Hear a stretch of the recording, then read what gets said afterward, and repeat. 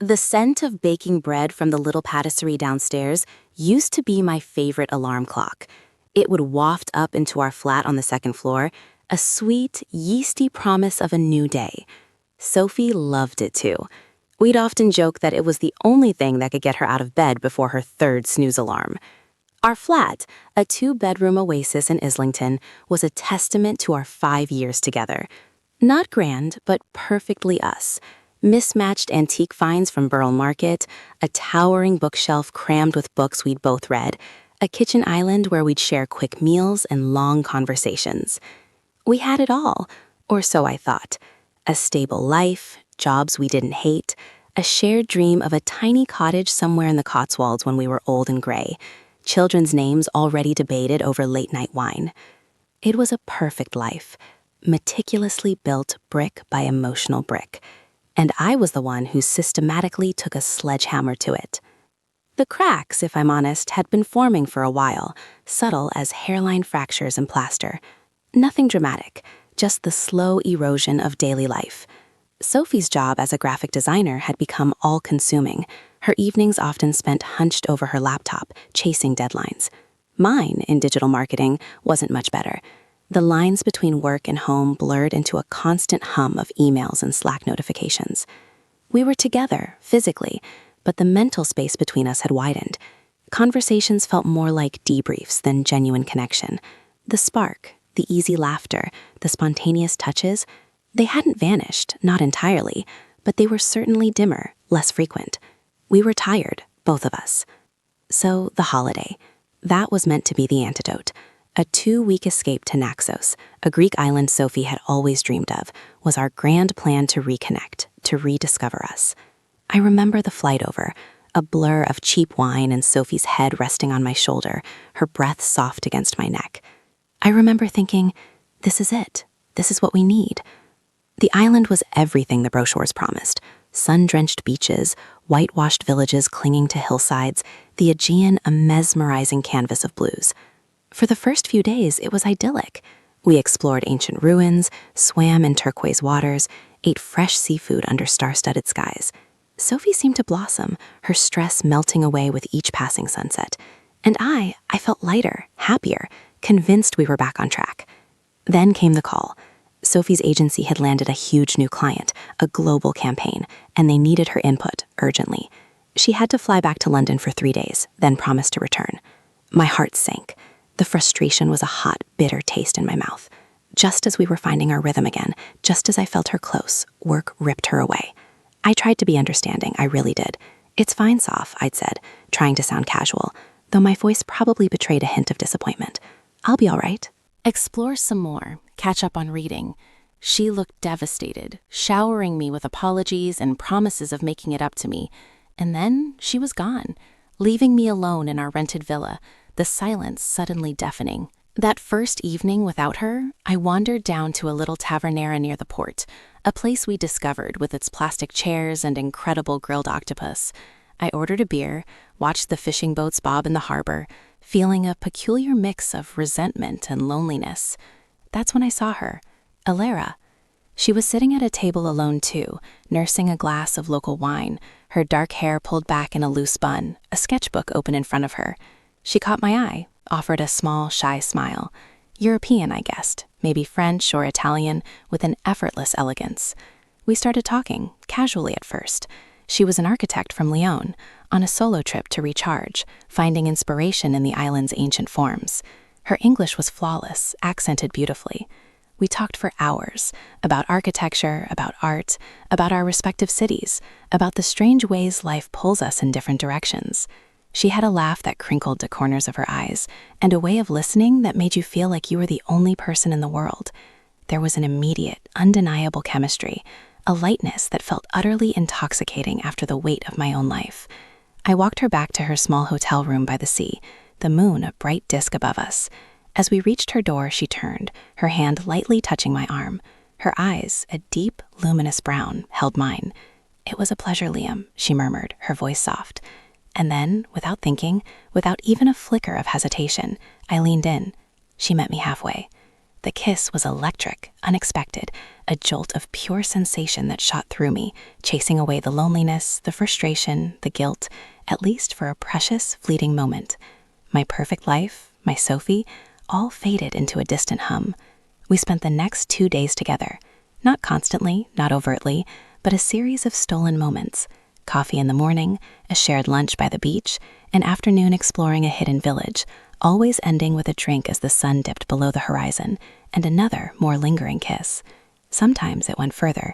Her touch was different, exciting, new. It wasn't about love, not really. It was about connection, about being seen, about an escape from the mundanity that had started to feel like a suffocating blanket. It was about chasing a feeling I hadn't realized I'd missed, a thrill, a validation. Each time, as I walked away from her, a wave of profound guilt would crash over me, cold and sharp. Sophie, my Sophie, what was I doing? But then the memory of Alara's laugh, the warmth of her hand, the excitement in her eyes, would push it back, just enough to convince myself it was just a holiday fling, a moment of leakness, something that would stay on the island. A secret. My secret. When Sophie returned, beaming, I felt a knot tighten in my stomach. She was full of apologies, full of renewed energy, full of plans for our remaining days. I forced a smile, forced myself to be present, to kiss her, to hold her. Every touch felt like a lie, every word a deception. I watched her, so genuinely happy, so oblivious, and the guilt became a living thing, squirming in my gut. I compartmentalized. I buried it deep. Alara and those 2 days became a locked room in my mind, the key thrown away. I convinced myself it was a mistake, a lapse, and now it was over. I would never do anything like it again. I would be better. I would erase it. We returned to London, to our perfect flat, our perfect routine. The scent of baking bread still wafted up, but now it felt tainted. Every shared meal, every evening on the sofa, every casual conversation felt laced with an unspoken truth, a secret I carried like a lead weight. I overcompensated. I know I did. I was overly attentive, bringing Sophie flowers, cooking her favorite meals, trying to bridge the gap I'd created. She noticed, of course. "You're being incredibly sweet, Liam," she'd say, a soft smile on her face. "Did you miss me that much?" Each word was a dagger. I'd nod, trying to convey genuine emotion, but inside I was screaming. The secret was suffocating me. It sat between us on the sofa. It slept between us in the bed. I felt dirty, despicable. I hated myself. Months passed. The memory of Alara faded into the background, a ghost I occasionally glimpsed at the periphery of my mind. I thought I was getting away with it. I thought I was rebuilding. Sophie and I were talking more, laughing more, the sparks slowly rekindling. We even started looking at those little Cotswolds cottages online, dreaming again. A tiny flicker of hope ignited within me, that maybe, just maybe, I could outrun my past. Then came the email. It landed in my inbox on a Tuesday morning, nestled between work updates and spam. The sender's name was unfamiliar, but the subject line froze my blood. Naxos memories. My heart hammered against my ribs. I knew instantly. It was from Alara. I clicked on it, my fingers trembling. It was a short, innocent message, really. "Hello, Liam. I hope you're well. I was just going through my photos from Naxos and remembered our lovely conversations. Hope life is treating you kindly. Best, Alara." A small, innocuous message, but it was a torpedo aimed directly at my carefully rebuilt life. I stared at it, a cold dread seeping into my bones. How did she find my work email? I hadn't given it to her. I deleted it immediately, my hand shaking. And then another, from an unknown number, a WhatsApp message. "Liam, it's Alara and Naxos. I tried your work email, but I thought this might be better. Hope you don't mind. I'm actually in London for a conference next month. It would be lovely to catch up for a coffee if you're free." Panic seized me. My blood ran cold. She was in London. She was going to be in my city. My carefully constructed wall of secrecy was crumbling. I couldn't ignore her. Not completely. What if she decided to just turn up? I had to shut it down, gently, firmly. I crafted a polite, vague reply, explaining I was incredibly busy with work and travel, and wished her well with her conference. I hit send, my thumb hovering over the delete button, hoping that would be the end of it. It wasn't. A week later, Sophie was scrolling through her Instagram feed while we ate breakfast. She was showing me a beautiful new design by one of her favorite architects, a stunning proposal for a new gallery in Lyon. She's so talented, Sophie mused, zooming in on the architect's profile. Look at this project. Oh wait, she just posted a story. She's in London. Sophie paused, a small frown creasing her brow. That's odd. She looks familiar, doesn't she? My breath hitched. I didn't need to look. I knew. I could feel the color draining from my face. Who? I managed, my voice a strangled croak. Alara Giannakis, Sophie said, a flicker of recognition in her eyes. She was at that taverna in Naxos, wasn't she? The one by the port, on her own. You pointed her out to me. My world stopped. A cold, nauseating wave washed over me. I had completely forgotten. Sophie hadn't been gone for the entire time I was with Alara. There had been a fleeting moment on one of our first evenings, before Sophie left, when we'd walked past that very taverna. And I, being a thoughtless idiot, had pointed out the architect drawing in her book. Sophie, with her photographic memory for faces, had obviously registered her. I don't remember, I lied, too quickly. Lots of people there. Sophie looked at me, a strange glint in her eyes. No, I remember her. She had that beautiful dark hair. She just tagged her location. Something about a conference at the Barbican. Oh look, she's even tagged you in a story. A picture of that little cafe near our flat, saying, "Great catching up, Liam." What is this? My blood ran cold. Alara had found my Instagram, and she'd posted a picture, a casual shot of us having coffee, the busy with work coffee I'd had with her yesterday, trying to placate her before she could cause more trouble. I hadn't even realized she was taking photos. She tagged me. The world tilted.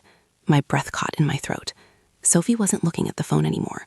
She was looking at me, her eyes wide, then narrowing, a devastating mix of confusion and dawning horror.